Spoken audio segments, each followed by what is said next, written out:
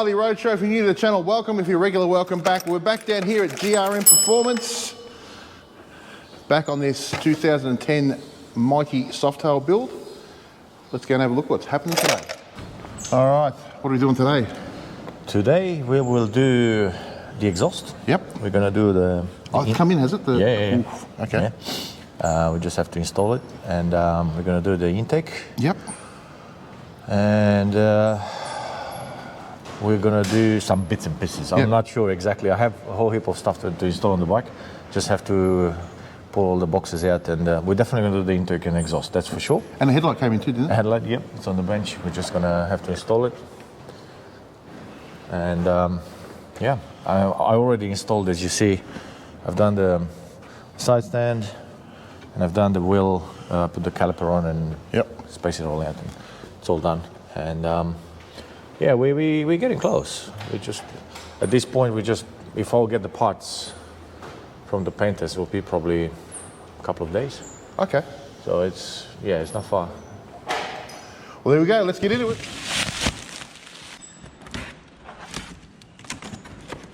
Sure hope is magnificent. Good part about it is black.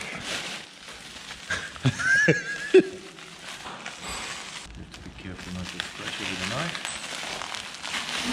Well, look at that. Beautiful. Yup, better than chrome.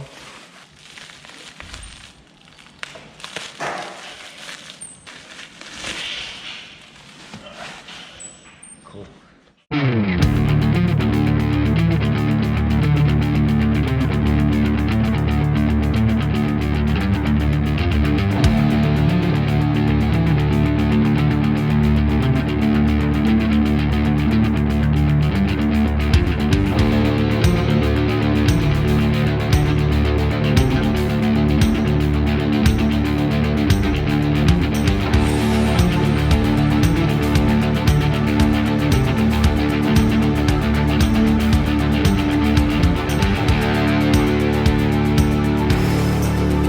Look at that. Talk about bling. Yeah? Look at that. How good does that look?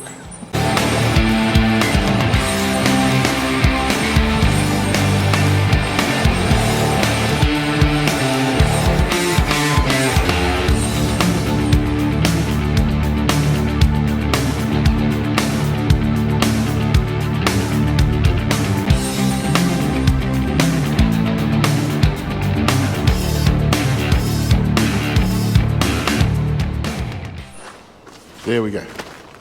Have a look at that. Huh? Huh? How cool does that look? That just sets the bike off, doesn't it? Yeah, I agree. That is like the main thing that's really going to set the bike off. Yep, agree. That looks all awesome.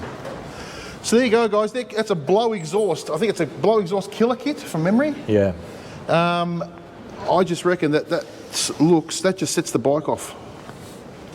Yeah, it does look good, doesn't it? It looks fantastic. Really nice.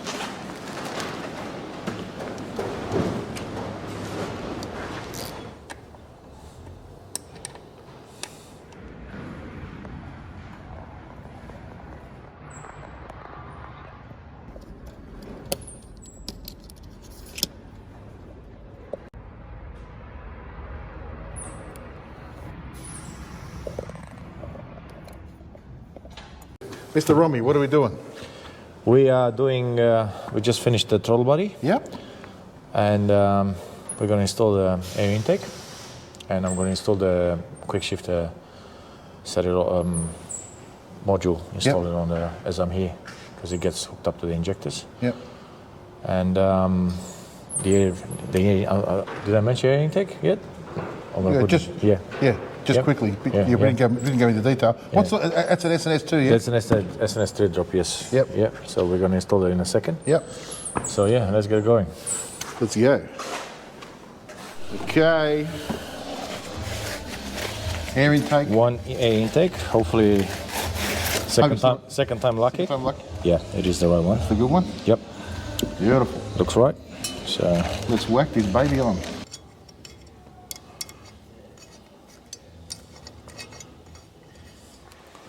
So these air intakes, Romy, Yep. just working? Yes, it is. These air intakes, do they, they come with like a sock that goes over it? The sock, yeah. That's to stop water going in, yeah? Correct. Yeah, Okay, that's so water. what happens if you happen to be caught in a downpour with these air intakes and you don't have the sock on? It's just, if you do, I mean, it has to rain like really hard. Yep. Yeah. It will start, the bike will start coughing and splattering and run really bad because vapors of water will pass through. Yep. And basically, yeah, as we all know, Water and fuel. water doesn't burn. Yeah. So yeah, but it's not.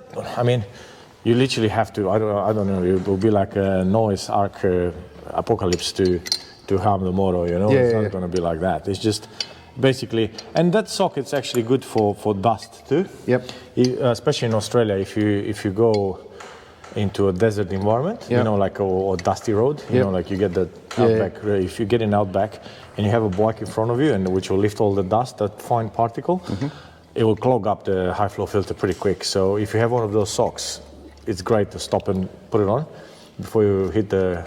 Does that alter the performance of the bike with that sock on it, or not? No, not really. Nothing at all. No. So would you better having that on all the time, or not? Yeah, well, some people won't like that look of the air filter. You have to see it. It's more a looks thing, but realistically, it will maybe if you have a stage 6 motor and you drag the bike and then it might make a difference. you might get like a few horsepower missing right at the top end, but maybe 1 or 2, but it's not really making any difference in between in performance.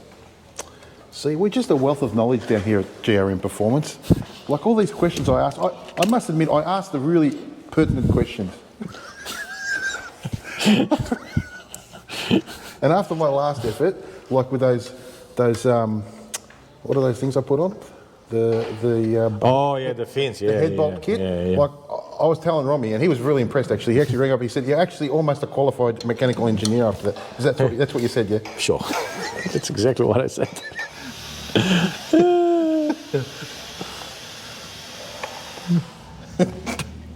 That's funny.